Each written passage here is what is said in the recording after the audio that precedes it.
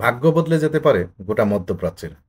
আর সেই বদলের এক সম্ভাব্য দ্বার খুলে দিল সৌদি প্রতিরক্ষামন্ত্রী প্রিন্স খালেদ বিন সালমানের ঐতিহাসিক তেহরান সফর।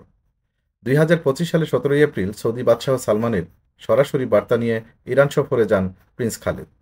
সেখানে তিনি সাক্ষাৎ করেন ইরানের সেনাপ্রধান মেজর জেনারেল বাগিনির সঙ্গে এবং পৌঁছে দেন খামিনির হাতে এক গুরুত্বপূর্ণ বার্তা, যেখানে ছিল শান্তি, প্রতিরক্ষা, সহযোগিতা এবং যৌথভাবে সন্ত্রাস দমনের আহ্বান।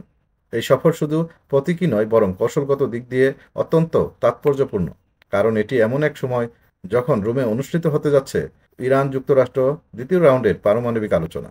বিশ্লেষকরা বলছেন, সৌদি আরব এবার শুধু একজন পর্যবেক্ষক নয়, বরং আলোচনায় একটি প্রভাবশালী শক্তি।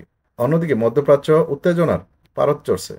যুক্তরাষ্ট্রের অভ্যন্তরে ট্রাম্প প্রশাসনে চলছে তীব্র মতবিরোধ, কেউ আলোচনার পক্ষে, কেউ আবার সামরিক হামলার।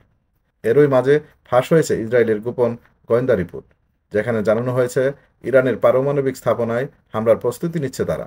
তবে সৌদি আরব, কাতার ও সংযুক্ত আরব আমিরাত সহ পারস্য উপসাগরীয় সহযোগিতা পরিষদ বা পিসিজি সদস্যরা পরিষ্কার জানিয়ে দিয়েছে তারা তাদের আকাশসীমা ব্যবহার করতে দেবে না। তাদের বার্তা যুদ্ধ নয়, দরকার কূটনীতি। বিশ্লেষকরা বলছেন, এর পিছনে রয়েছে অর্থনৈতিক স্বার্থ, কারণ যুদ্ধ মানে তেলের বাজার ধ্বংস, পরিকাঠামোর ক্ষতি এবং গোটা অঞ্চলে অস্থিতিশীলতা। ২০১৫ সালে যে সৌদি আরব পারমাণবিক চুক্তিকে বলেছিল দুর্বল, আর সেই সৌদি বলছে তার আলোচনার পক্ষে। এই মনোভাবের পরিবর্তনের বড় কারণ চীন প্রস্তাবিত ২০২৩ সালের ইরান সৌদি সমঝোতা। এই প্রেক্ষাপটে ইরাকের ভূমিকাও গুরুত্বপূর্ণ। তেহরান ও ওয়াশিংটনের সঙ্গে ঘনিষ্ঠ সম্পর্ক থাকা ইরাক শান্তিপূর্ণ সংলাপের পক্ষে। সফল চুক্তি হলে ইরাক অর্থনৈতিক ও নিরাপত্তাগত দিক থেকে উপকৃত হবে। উঠে যেতে পারে নিষেধাজ্ঞা, বাড়বে দ্বিপাক্ষিক বাণিজ্য এবং সহজ হবে আন্তর্জাতিক বিনিয়োগ। তবে প্রশ্ন থেকেই যাচ্ছে, এই আলোচনা কি সত্যি শান্তির বার্তা আনবে, নাকি এটি কেবল যুদ্ধের আগের নিঃশব্দ প্রস্তুতি? বর্তমান বাস্তবতায় তিনটি সম্ভাব্য চিত্র উঠে এসেছে। এক, পূর্ণাঙ্গ চুক্তি, যেখানে কঠোর শর্তে ইরানের ইউরেনিয়াম সমৃদ্ধকরণ বন্ধ হবে এবং ধাপে ধাপে উঠবে নিষেধাজ্ঞা। দুই, আলোচনার ব্যর্থতা। যদি চুক্তি না হয়, তবে ইরান তাদের প্রোগ্রাম আরও গতিতে চালাতে পারে, বাড়বে যুদ্ধের সম্ভাবনা।